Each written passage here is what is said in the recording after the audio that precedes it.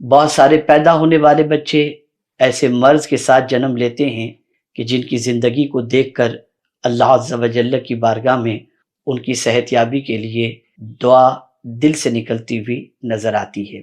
میرے ذہن میں ایک چیز آئی کہ کیوں نہ قرآن مقدس کی روشنی میں مختلف امراض کے علاج کے سلسلے میں مختلف فضائل احادیث مبارکہ میں پیغمبر رحمت صلی اللہ تعالی علیہ وسلم سے جو منقول ہیں ان کو آپ کی سماعتوں کے حوالے کیا جائے، تاکہ آپ بھی قرآن مقدس کے ذریعے اپنے مریضوں کا علاج بھی کر سکیں اور مریضوں کو قرآن مقدس کے ذریعے شفا بھی میسر ہو سکے۔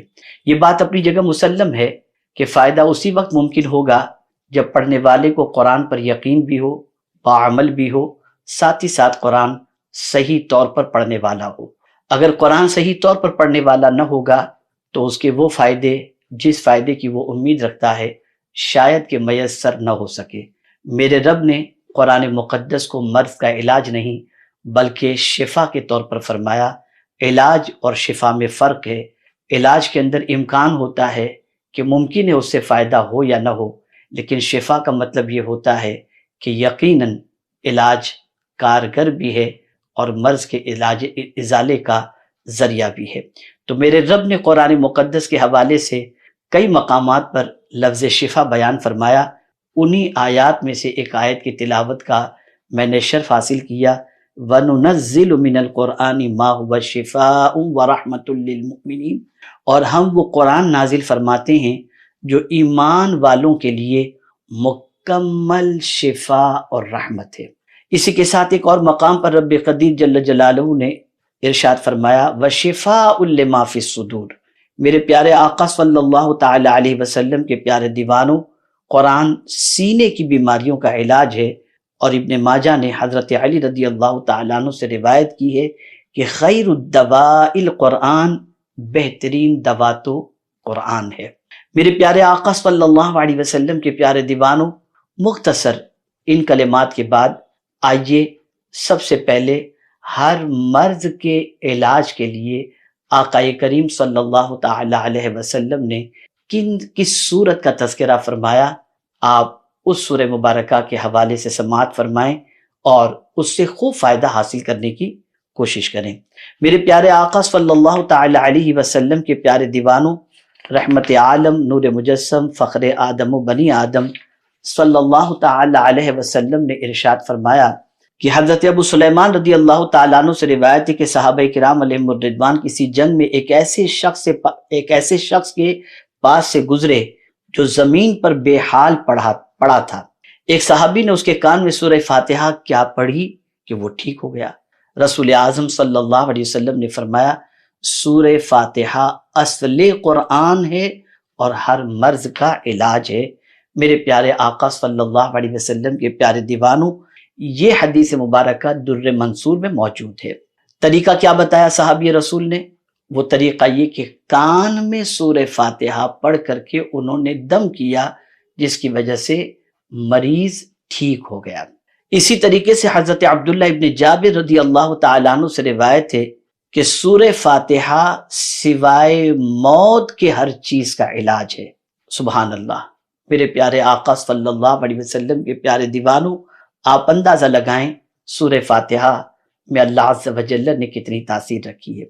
سعید ابن منصور اور بہقی وغیرہ نے حضرت ابو سعید خدری رضی اللہ تعالیٰ عنہ سے روایت کی ہے کہ سورہ فاتحہ زہر کا علاج ہے۔ اللہ اکبر۔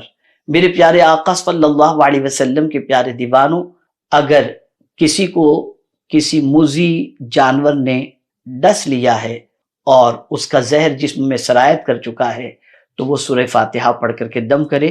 اللہ کے رسول صلی اللہ علیہ وسلم کے فرمان کی روشنی میں انشاءاللہ رب قدیر جل جلالہ شفا عطا فرمائے گا۔ اسی طریقے سے طبرانی نے اوسط میں حضرت سائب ابن یزید رضی اللہ تعالیٰ عنہ سے روایت کی ہے۔ وہ فرماتے ہیں کہ رسول اللہ صلی اللہ علیہ وسلم نے مجھے سورہ فاتحہ پڑھ کر دم کرنے کا عادی بنا دیا۔ اللہ اکبر۔ رحمت عالم صلی اللہ تعالی علیہ وسلم صحابی رسول کو سورہ فاتحہ ہر مرض کے سلسلے میں پڑھ کر دم کرنے کا اتنا مشورہ دیا ہوگا کہ وہ فرماتے ہیں کہ میں سورہ فاتحہ پڑھ کر دم کرنے کا عادی بن گیا۔ میرے پیارے آقا صلی اللہ تعالی علیہ وسلم کے پیارے دیوانوں، کورونا کے زمانے کے اندر بھی بہت سارے کورونا کے مریض کے کان میں جب سورہ فاتحہ دونوں کان میں پڑھ کر کے 7 مرتبہ دم کیا گیا تو اللہ تعالیٰ نے سورہ فاتحہ کی برکت سے مریضوں کو شفا عطا فرمایا۔ اور یاد رکھیں سورۃ الفاتحہ کا ایک نام سورۃ الشفا بھی ہے۔ اور سلسلہ چشتیہ ہو یا کوئی بھی سلسلہ ہو، اگر آپ دیکھیں گے تو مشائخ زیادہ تر مریضوں کا علاج سورہ فاتحہ کے ذریعے ہی کیا کرتے، اور اللہ عز و جل ان کی زبان سے سورہ فاتحہ کی تلاوت کی بنیاد پر ان کے ایمان اور یقین کی وجہ سے اور ان کے باعمل ہونے کی وجہ سے اور ان کے صحیح طور پر سورہ فاتحہ پڑھنے کی وجہ سے اللہ تعالیٰ مریضوں کو شفا عطا فرماتا۔ اگر آپ صحیح طور پر سورہ فاتحہ پڑھنا نہیں جانتے تو پڑھنا سیکھ لیں کہ ہر نماز کے اندر ہر رکعت میں احناف کے نزدیک سورہ فاتحہ پڑھنا واجب ہے، اس لیے سورہ فاتحہ کو آپ سنت، واجب، وتر، فرض، نفل وغیرہ میں جب پڑھتے ہی ہیں اور پڑھنا واجب ہے تو آپ سورہ فاتحہ پڑھنا سیکھ بھی لیں، اور پڑھ کر آپ اس کے ذریعے اگر کوئی مریض ہے گھر کے اندر تو اس کو دم کریں تاکہ اللہ تعالیٰ اس سورہ مبارکہ کی برکت سے مریض کو شفا عطا فرمائے۔ آقا صلی اللہ تعالی علیہ وسلم کے پیارے دیوانوں، انسان جب کسی کو بہت بڑا سمجھتا ہے تو اس کے قریب رہنے کی کوشش کرتا ہے، کبھی چاہتا ہے کہ اس کا قرب مستقل رہے، جسم کا فاصلہ رہے تو کوئی بات نہیں، لیکن اس کے دل کے قریب رہے، اس کی یادوں میں رہے۔ لیکن اس کے لیے بڑی قربانیاں دینی پڑتی ہیں، بڑی محنتیں کرنی پڑتی ہیں، بڑی مشقتیں کرنی پڑتی ہیں، تب جا کر کسی بڑے کا قرب دنیا میں چند دنوں کے لیے، چند ساعتوں کے لیے نصیب ہوتا ہے۔ لیکن اگر ہم دیکھیں تو دنیا میں اللہ عز و جل نے رسول اعظم صلی اللہ علیہ وسلم سے بڑھ کر کسی کو نہیں بنایا، نہ پیدا فرمایا۔ بعد از خدا بزرگ توئی قصہ مختصر، اللہ کے بعد جس کا سب سے بڑا مرتبہ ہے وہ مدینے کے تاجدار صلی اللہ علیہ وسلم کا مرتبہ ہے۔ اب میں آپ سے پوچھنا چاہتا ہوں، دنیا میں جب کبھی انسان کو کوئی مصیبت لاحق ہوتی ہے تو اپنے بڑے کو یاد کرتا ہے اور سوچتا ہے کہ وہ قریب ہوتے تو مصیبت ٹل جاتی، وہ سامنے ہوتے تو مصیبت ٹل جاتی۔ کبھی ماں کو یاد کرتا ہے، کبھی باپ کو یاد کرتا ہے، کبھی بچے کو یاد کرتا ہے، کبھی بیوی کو یاد کرتا ہے، لیکن یہ سارے رشتے میدان قیامت میں قربت دیتے ہوئے نظر نہیں آئیں گے، بلکہ فاصلہ بڑھاتے نظر آئیں گے۔ ماں بچے سے بھاگ رہی ہوگی، بیٹا باپ سے بھاگ رہا ہوگا، دوست دوست سے بھاگ رہا ہوگا، اور قیامت کے سخت ترین حالات کے اندر کسی کا قرب جلدی سے نصیب نہ ہو سکے گا، اور آدمی ہزار کوشش کرے رشتے پرائے ہوتے دکھائی دیں گے، لیکن ایک ذات ایسی ہے جس کے قرب کے حوالے سے آدمی تصور کرے اور قربت نصیب ہو جائے تو میدان قیامت میں اس کی نجات کا سامان بن جائے۔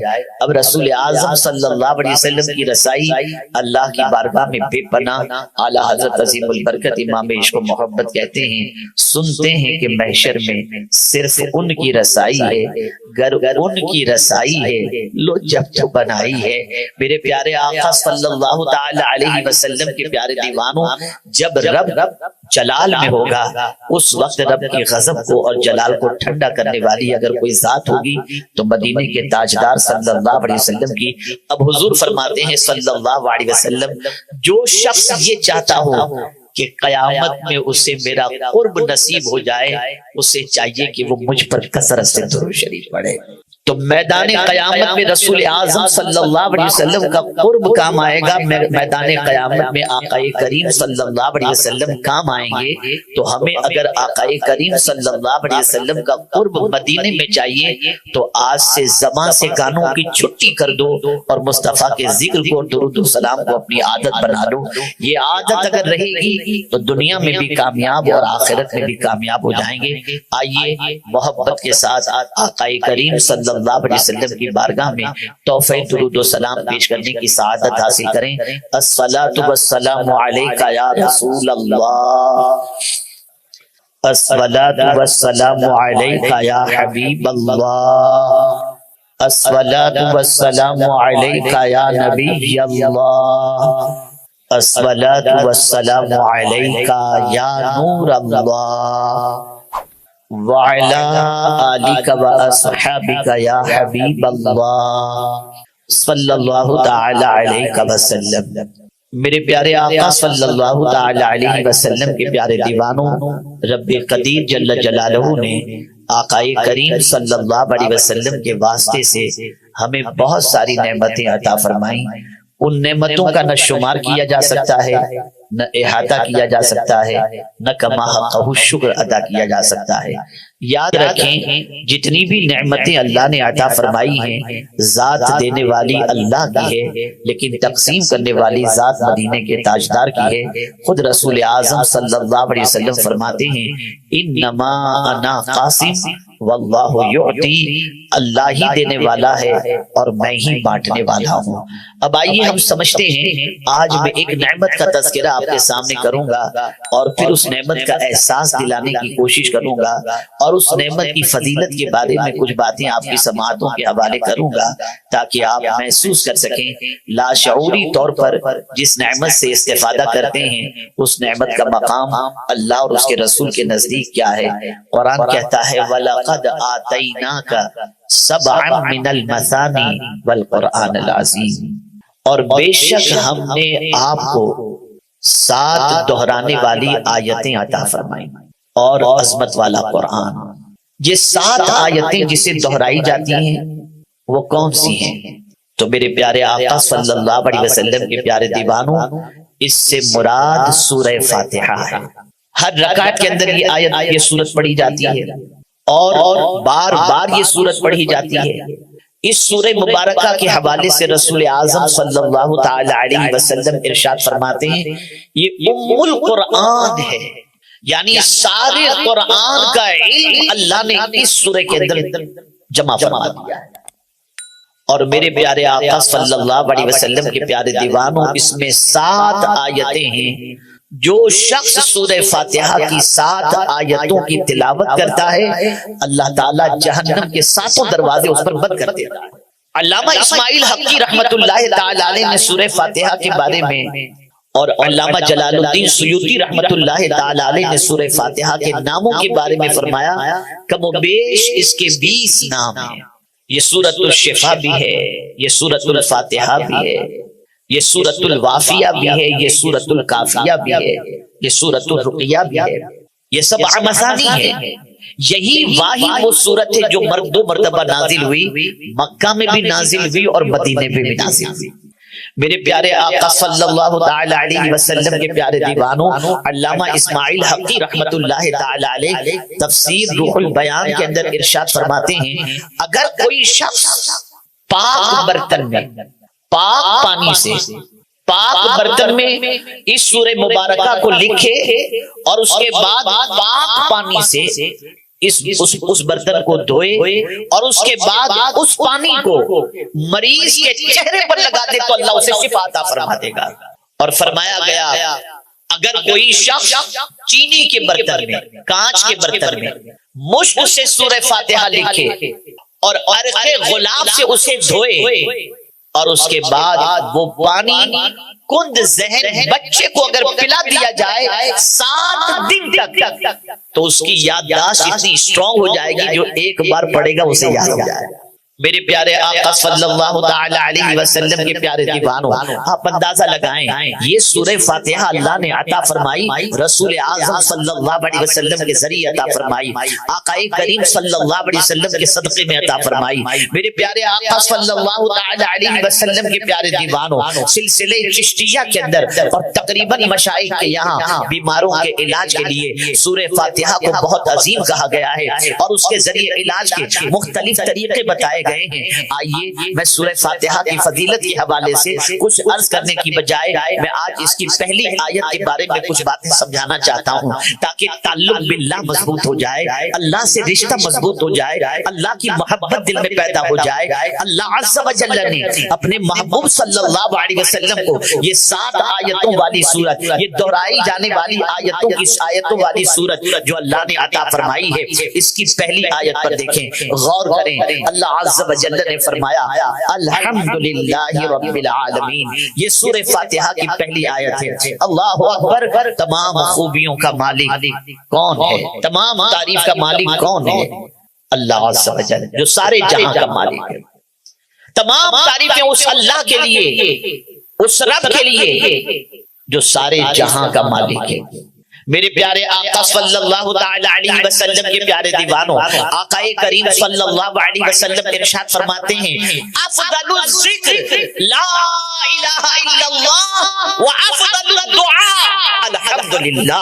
آقا کریم صلی اللہ علیہ وسلم فرماتے ہیں سب سے افضل ذکر لا الہ الا اللہ ہے اور سب سے افضل دعا الحمدللہ۔ اب اگر کوئی شخص کھانے کے بعد الحمدللہ پڑھتا ہے، پانی پینے کے بعد الحمدللہ پڑھتا ہے، نئے لباس سے بہتر کرنے کے بعد الحمدللہ پڑھتا ہے، صبح اٹھنے کے بعد الحمدللہ پڑھتا ہے، تو حضور صلی اللہ علیہ وسلم فرماتے ہیں اللہ عز و جل کو نعمت دے کر جتنی خوشی نہیں ہوتی اتنی بندے کا الحمدللہ کہنے پر میرا مولا خوش ہو جاتا ہے۔ میرے مولا کے نزدیک بندے کا الحمدللہ کہنا یہ بہت محبوب ہے، بہت پسندیدہ ہے۔ اب حمد اور شکر ان دونوں چیزوں کو تھوڑی سی سمجھنے کی کوشش کریں۔ حمد کہتے ہیں کسی کی ذاتی خوبیوں کی بنیاد پر اس کی تعریف کی جائے، اسے کہتے ہیں حمد، اور کسی کے احسانات کے بدلے میں اس کی تعریف کی جائے اسے کہتے ہیں شکر۔ ذاتی خوبیوں کی بنیاد پر تو میرے رب کی جو ذات ہے اس میں جتنی بھی خوبیاں ہیں وہ کسی کی دی ہوئی نہیں، میرے مولا کے پاس ساری خوبیاں خود اپنی ہی ہیں اور وہ ذات وحدہ لا شریک ہے۔ اب میرے پیارے آقا صلی اللہ تعالی علیہ وسلم کے پیارے دیوانوں سمجھنے کی کوشش کریں۔ الحمدللہ بظاہر یہ ایک چھوٹا سا جملہ نظر آتا ہے، لیکن اس کی معنویت کو سمجھنا ہے، اس کے مقام اور مرتبے کو سمجھنا ہے، تو آئیے حضرت آدم علیہ الصلوۃ والتسلیم کی طرف ہم چلتے ہیں۔ اللہ اکبر، حضرت آدم علیہ الصلوۃ والسلام کے جسد خاکی میں جب روح پھونکی گئی اور اس کے بعد آپ کو چھینک آئی تو آپ نے اپنی زبان سے کہا الحمدللہ۔ میرے مولا کو یہ کہنا اتنا پسند آیا کہ سورہ فاتحہ کی ابتدا اسی حضرت آدم علیہ السلام کے جملے سے فرما دی اور الحمدللہ۔ اب بندہ جب کوئی الحمدللہ کہتا ہے، الحمدللہ رب العالمین کہتا ہے، تو میرے مولا کی رحمت کو جوش آتا ہے اور اس تعریف کرنے والے بندے کو اللہ تعالیٰ مزید نعمتوں سے مالا مال فرما دیتا ہے۔ الحمدللہ یہاں تک فرمایا گیا کسی نعمت کے ملنے پر اگر کوئی بندہ ایک بار الحمدللہ کہے اسے ثواب ملتا ہے، دو بار کہے تو ثواب ملتا ہے، اور تیسری بار اسی ایک نعمت کے ملنے پر الحمدللہ کہے تو اللہ اس کے گناہوں کو معاف فرما دیتا ہے۔ یہ الحمدللہ، یہ کس کے صدقے میں یہ صورت ملی؟ حضور کے صدقے میں، سرکار صلی اللہ علیہ وسلم کے صدقے میں۔ میرے پیارے آقا صلی اللہ علیہ وسلم کے پیارے دیوانوں سورہ فاتحہ کی تلاوت کثرت سے کیا کریں، مریضوں کو پڑھ کر اس سے دم کیا کریں، سورہ فاتحہ کے اسرار و رموز کو سمجھنے کی کوشش کریں، سورہ فاتحہ کے معنی کو سمجھنے کی کوشش کریں۔ سورہ فاتحہ میں اللہ نے بڑی تاثیر رکھی ہے، سورہ فاتحہ کی تفسیر کو پڑھیں، اور میرے پیارے آقا صلی اللہ تعالی علیہ وسلم کے پیارے دیوانوں اللہ رب العزت جل جلالہ کی اطاعت اور اس کے رسول صلی اللہ علیہ وسلم کی اطاعت میں اپنی زندگی گزارنے کی کوشش کریں۔ اللہ رب العزت آقا کریم رؤوف الرحیم علیہ التحیۃ والتسلیم کے صدقہ و طفیل